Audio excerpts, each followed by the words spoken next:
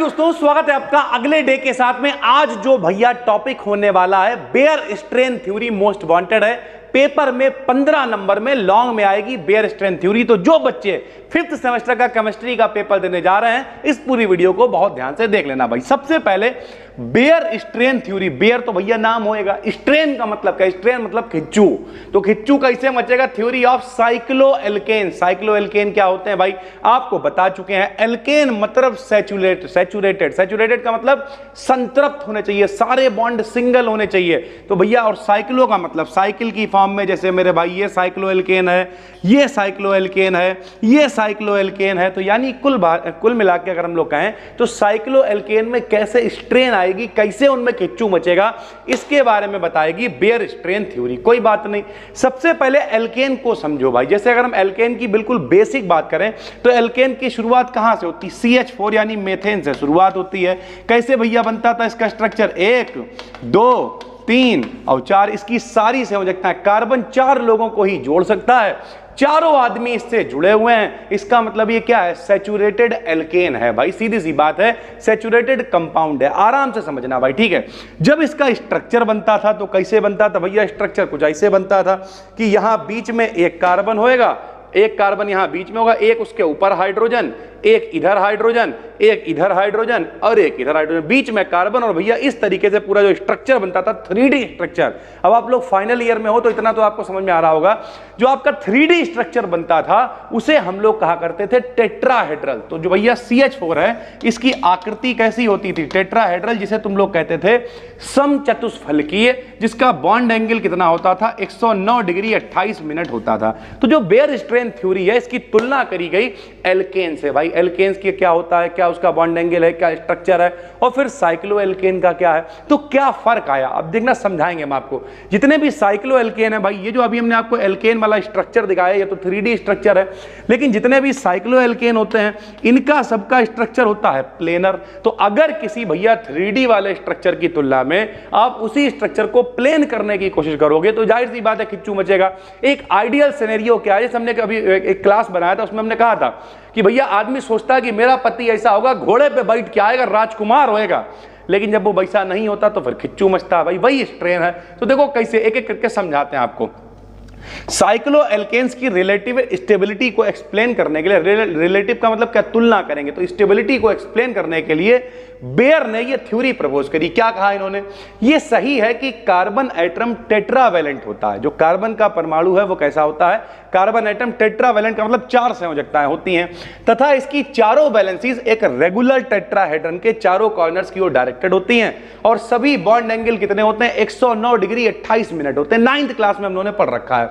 किसने कहा था? ये लीबेल और वॉन टॉप ने परिकल्पना दी थी कि समचतुष्फलकीय प्रकृति होती है, टेट्राहेड्रल होता है, 109 डिग्री 28 मिनट का एंगल होता है, इस तरीके की आकृति होती है। एक कार्बन, और कार्बन के चारों तरफ भैया चारों हाइड्रोजन जुड़े होते हैं, और जो एंगल होता है वो कितना होता है सर जी?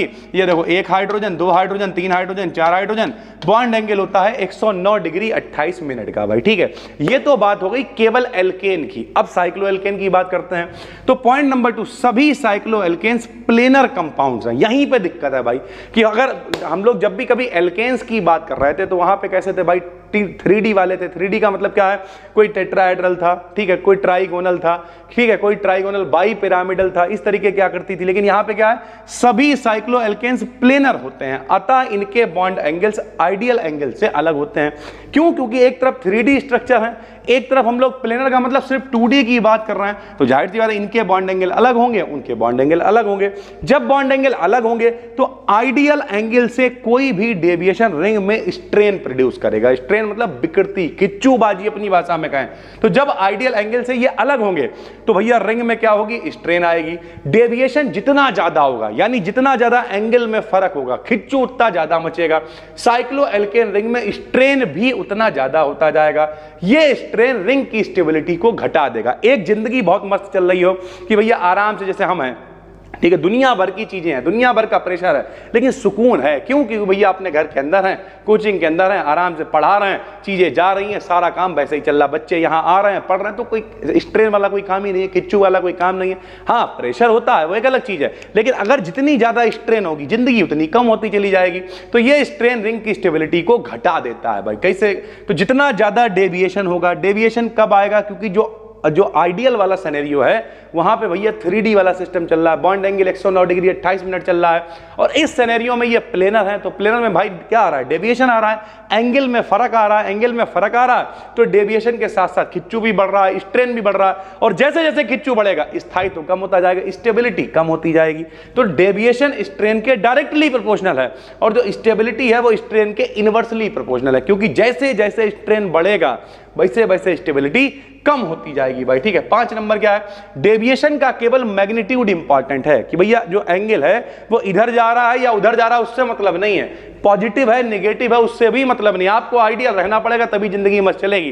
तो डेविएशन का केवल मैग्नीट्यूड, कितना डेविएशन हुआ है वो इंपॉर्टेंट है, साइन प्लस है कि माइनस ये इंपॉर्टेंट नहीं होता है। बेयर ने निम्न कंपाउंड्स के डेविएशन के लिए कैलकुलेट करा।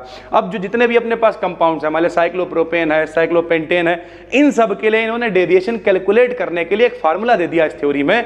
जो फार्मूला क्या है? डेविएशन बराबर 109 डिग्री 28 मिनट। ये तो अपना आइडियल वाला जो एंगल है वो है, इसमें से हम बॉन्ड एंगल घटा देंगे, जिस भी साइक्लोप्रोपेन एल्केन जिसकी भी बात कर रहे हैं 2 से भाग दे देंगे भाई। जैसे सबसे पहले साइक्लो एल्केन में कौन आ गया? मेथ एथ प्रोप, साइक्लोप्रोपेन आ गया। साइक्लोप्रोपेन में त्रिभुज के रूप में आपको दिख रहा, तो बॉन्ड एंगल कितना होगा? 60 होगा, तो इसका बॉन्ड एंगल होगा 60। भैया इसका अगर डेविएशन निकालना कि कितना फर्क है, तो 109 डिग्री 28 में से 60 घटा दिया, 2 से भाग दे दिया, तो डेविएशन आ गया 24 डिग्री 44 मिनट भाई। ठीक है, ऐसे ही meth eth prop but, cyclobutane की बात करेंगे, देखने में एंगल कितना लग रहा है? 90 लग रहा है, तो इसके लिए बॉन्ड एंगल 90 होगा, यहां घटाया 9 डिग्री 44 मिनट आ गया। ऐसे ही साइक्लोपेंटेन के लिए बॉन्ड एंगल कितना होगा? 108 डिग्री होगा, 108 डिग्री घटा दिया, कितना आ गया? 0 डिग्री 44 मिनट आ गया भाई। ठीक है, साइक्लोहेक्सेन के लिए बॉन्ड एंगल कितना होगा? 120 होगा, 120 घटा दिया, 2 से भाग दे दिया, माइनस का 5 डिग्री 16 मिनट आ गया। यानी कुल मिला के अगर हम लोग बात करें तो हम लोग जब साइक्लोपेंटेन तक पहुंचे तो 0 डेविएशन हो गया, एक तरीके से देखा जाए तो, कि मतलब 0 डिग्री, मतलब लगभग 44 मिनट है लेकिन लगभग 0 हो गया। लेकिन जैसे ही इसके आगे बढ़े डेविएशन फिर 5 हो गया। और अभी बताया कि साइन से मतलब नहीं है कि प्लस है कि माइनस है, कितना ज्यादा डेविएशन है इससे मतलब। तो सबसे कम डेविएशन किसमें है?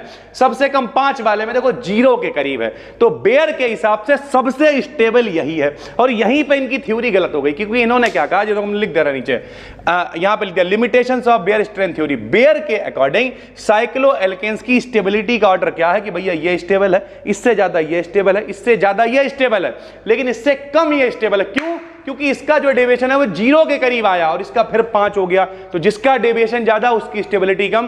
तो इनके हिसाब से सबसे ज्यादा स्टेबल ये है। लेकिन जब रिएक्शन करके देखी गई, अतः जो भैया ये साइक्लोहेक्सेन वाला 6 वाला है, ये 5 से कम स्टेबल होना चाहिए, क्योंकि बेयर ने निकाल के दिखाया है डेविएशन। लेकिन केमिकल रिएक्शंस के द्वारा ये प्रूव किया गया कि जो 6 वाला है वो 5 से ज्यादा स्टेबल होता है। अतः जो बेयर स्ट्रेंथ थ्योरी है केवल 5 तक ही काम करेगी। 3 वाला निकाल लो, 4 वाला निकाल लो, 5 वाला निकाल लो, जैसे ही 6 की तरफ जाओगे ये काम करना बंद कर देगी। इससे हायर मेंबर्स की स्टेबिलिटी को एक्सप्लेन करने में मतलब असमर्थ है, सक्षम नहीं है, नहीं एक्सप्लेन कर पाएगी। 3, 4, 5 तक भाई ठीक है। तो अब इनकी ये थ्योरी हो गई गलत। जब थ्योरी गलत हो गई तो एक थ्योरी आई साच-मोहर थ्योरी, जो है उसे आप जो भी पढ़ लो, SACHSE, साचे-मोहर थ्योरी हो गया, अलग अलग तरीके से लोग प्रोनाउंस करते हैं। तो साचे-मोहर जो थ्योरी है, इन्होंने क्या कहा कि देखो भाई तुम्हारी गलती क्या है? गलती तुम्हारी ये है कि तुम कह रहे हो कि जो साइक्लो एल्केन है वो प्लेन है। प्लेन का मतलब वो 2D स्ट्रक्चर है, क्यों जबरदस्ती कर रहे हो यार? उन्हें छोड़ दो, जब वो 2D नहीं होंगे अपने आप वो 3D हो जाएंगे, एंगल भी आ जाएगा, स्ट्रेनलेस रिंग हो जाएगी, सारा खिच्चू अपने आप खत्म हो जाएगा।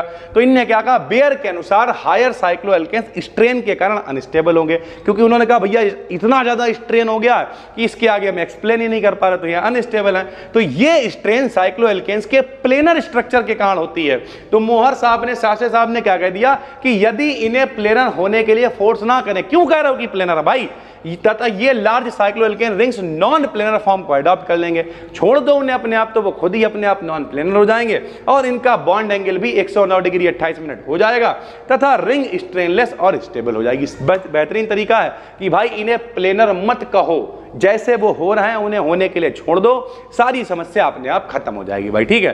तो ये जो है पूरी बेयर स्ट्रेंथ थ्योरी है। बहुत सारी वीडियोज हम शूट कर चुके हैं, इसलिए कई बार आपको लगता होगा बीच बीच में कोई चीज छूट रही है, फंबल हो रहा है, लेकिन रियलिटी यही है कि जब बहुत ज्यादा काम होता है तो ऐसा ही हो जाता है। फिलहाल उम्मीद करते हैं पूरी थ्योरी आपको समझ में आ गई।